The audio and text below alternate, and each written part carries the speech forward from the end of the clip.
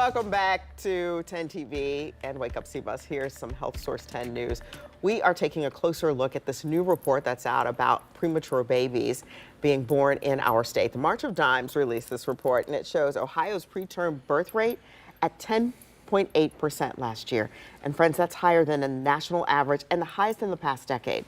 Experts tell us the biggest factor is chronic disease.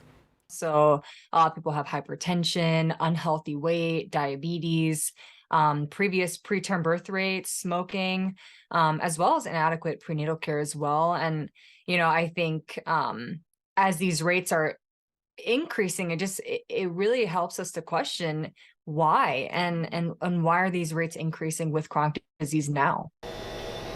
Bianca Zarders with the Ohio March of Dimes says this new data also shows a huge disparity with babies being born too soon to women of color. The agency is now offering implicit bias training to healthcare professionals around the state. I think it really starts with that, is just allowing healthcare professionals to be aware of their biases in the healthcare system, because a lot of women, they suffer mistreatment from their providers during pregnancy, and that is increased in Black moms. Today is World Prematurity Awareness Day, a great opportunity to talk about premature birth and work with the partners around the world to prevent it. And of course, those here in the community. We'll post the full report for you at 10tv.com. We also spoke with a new mom who wanted to share her story of having a premature baby. Prematurity doesn't mean they're down and out. Prematurity is a crazy journey. The smallest person is the strongest person I've ever seen in my life. My son was 12 ounces when he was born, and he's literally overcame every obstacle he's ever had. And they didn't even think he was going to be alive.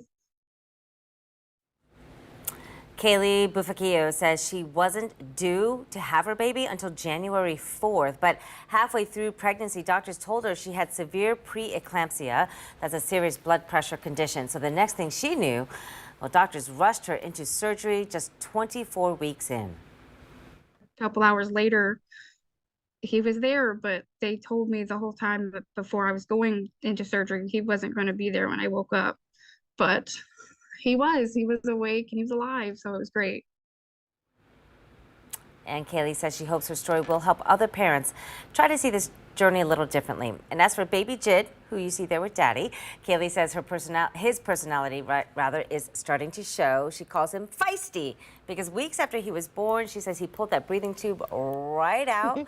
So just a sign. Look at that little pumpkin for Halloween. Sweet. And all of that. So, good message as we raise awareness for World Prematurity. So cute. And there's so many things that you learn in the NICU, because I'm a NICU mom, that, normal babies that are due on their due date or around their due date, like, he couldn't wear clothes for the first several weeks of his life. Sure. You can't rub their skin because their skin's so delicate.